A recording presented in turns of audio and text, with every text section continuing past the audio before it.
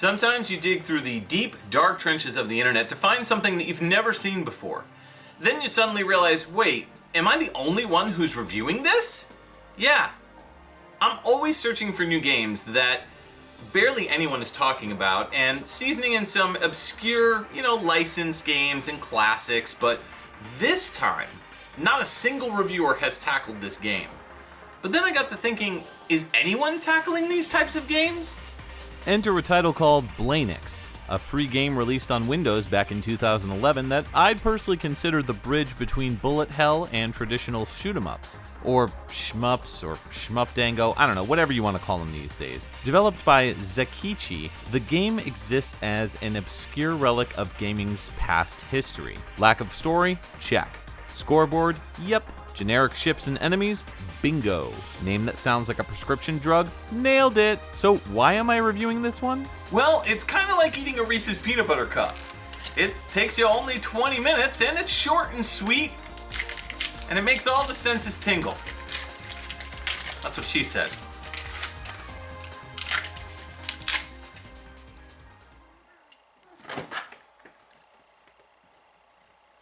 What? You don't eat yours by just licking them? Zekichi has crafted a game which is as forgettable as it is memorable, and that's a tough thing to do. Starting off in the game, there's no story, as I said before. We know you're piloting a ship that kinda looks like an R-Wing from Star Fox. No, seriously, doesn't it? Maybe it's an unofficial sequel. Well, it is considered a Doujin game. But what's that? A Doujin game is essentially a fan-made game with a typical lack of for-profit mentality, or at least it was. These are games crafted and created by gamers for gamers, and are typically released on Windows PCs, with exception to a few Dreamcast titles. They can often be games made for fans of certain anime franchises, though Blaynix doesn't appear to reference a specific one. These games all have different genres, such as dating sims, adventure games, JRPGs, and of course, shoot-'em-ups. I'd like to think of it as homebrews for fanboys. So, is Blaynix worth your time? Let's find out. Because of the lack of story and characters, I'd like to spend a majority of the time in this review focusing on the graphics, gameplay, and of course the music. In order to play this game, what you might have to do is set up Joy to Key. It's a free program you can get easily online, and that will allow you to set up your keyboard to map itself to your controller. But then again, this might just be a me issue.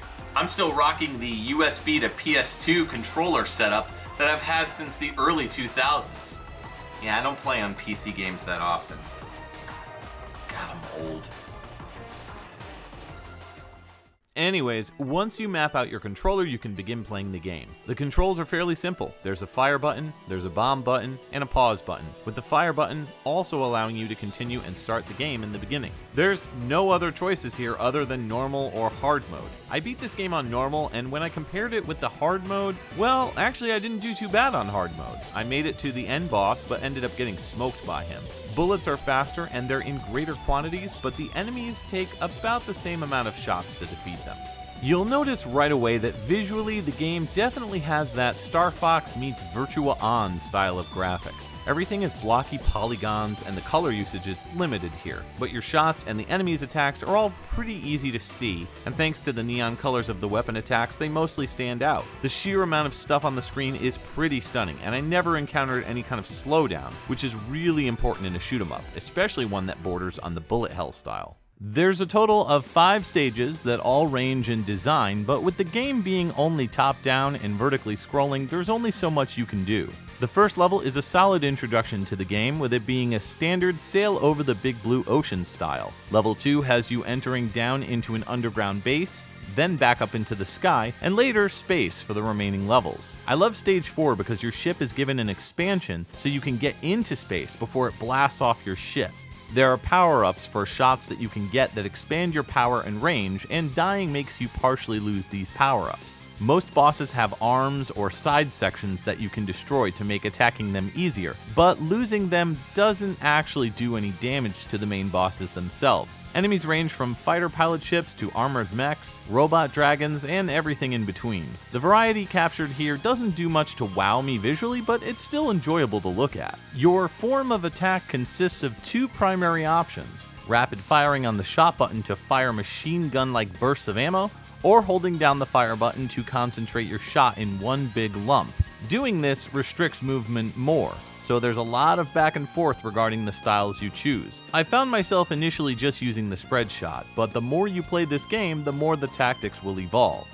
There's also another button that fires a bomb which blows up everything, even bullets. This is given to you each time you die or when you shoot enough stuff that it saves up. This is represented in the bar on the top left-hand side of the screen, along with a small box that lights up yellow once filled. Now, this also doubles as a shield attack as well, so if you get hit when you have a yellow box, you lose it and you're left vulnerable. However, if you manage to save up another bar's worth of power from killing the enemies while keeping the yellow box, you acquire a temporary overdrive power-up. Hit the bomb button when the box turns red and you'll blast away foes with an even more powerful shot, which also boosts your score. You'll get pickups when you kill enemies or if you blast their attacks with the bomb. These just add to your tally and aren't actually used for anything other than that as far as I can tell. The thing that I found engaging about the combat was that there was a delicate balance between saving your shield and using it. If you spent your time just using it every time you got it, you probably wouldn't make it very far. The game gives you 2 lives to each continue and 9 continues total. Most of my playthroughs saw me either getting to the final level or the final boss before I would run out, so I must be doing something right. During the final boss fight, if you defeat their first form, your ship will get captured. The first time it happened, I freaked out because nothing I did can change the ship from getting pulled in, and at first you might think to yourself, Did I do that? What? It was funny in the 90s.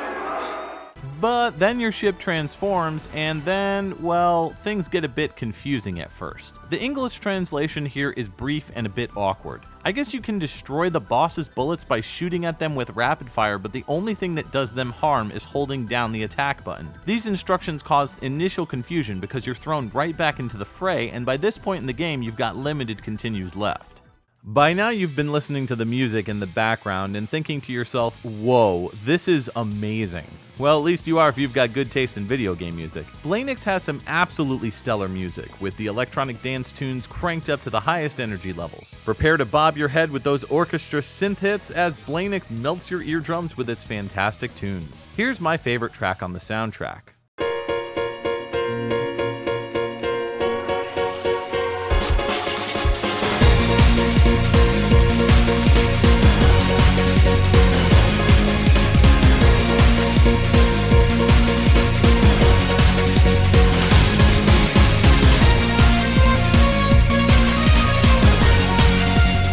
So is this one worth checking out? Blaynix may have a terrible name that sounds like some sort of bland prescription medicine, but it's got just what the doctor ordered. It'll take 25 minutes approximately to run through the game, but because you most likely won't beat it your first time through, you'll rack up the hours playing this one to learn all the best strategies and secrets to finish it. While the visuals leave something to be desired, the style is without a doubt retro, with amazing music and exciting gameplay that makes you want to keep going to finish it. Be careful though, because finding games like this can be a slippery slope into the bullet hell genre, and that may or may not be something you want. It's got the right kind of difficulty for someone who prefers the more classic shoot-'em-up style without overwhelming them too much. Plus, it's free, so you really can't complain here. You know, with an episode like this, I don't have a single joke to go out on. Well, what I'd like to say is... Wait a minute. Did it get dark for you guys? Or just me? What is that? Looks like that enemy ship from Blaynix. Oh, it looks like they're letting me go. Hey, wait a minute. Is that what I think it is?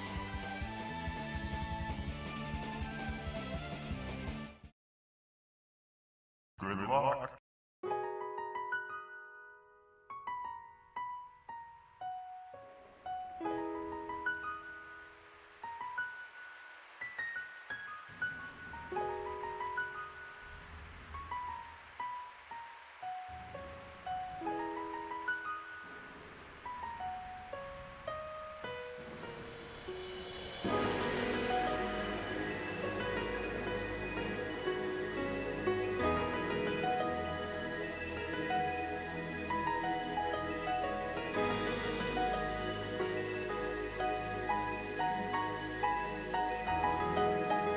Thanks to all patrons, but especially the Morningstar Whip tier and higher. They are Trevin Adams, The Autistic Gamer 89, Derek Demitter, Nintendo, Bryce, and Scott McElhone. Your continued patronage is much appreciated. Anyone that's interested in signing up for the Patreon, there's tons of cool features and rewards. Check it out down below. It's totally optional, but it really does help the channel, and it directly goes back into funding reviews such as this one. Thanks for watching. If you like what you saw and want to watch more reviews, click on the videos below, or explore the channel after subscribing. I'll see you next time on Dude, You Haven't Played This Game.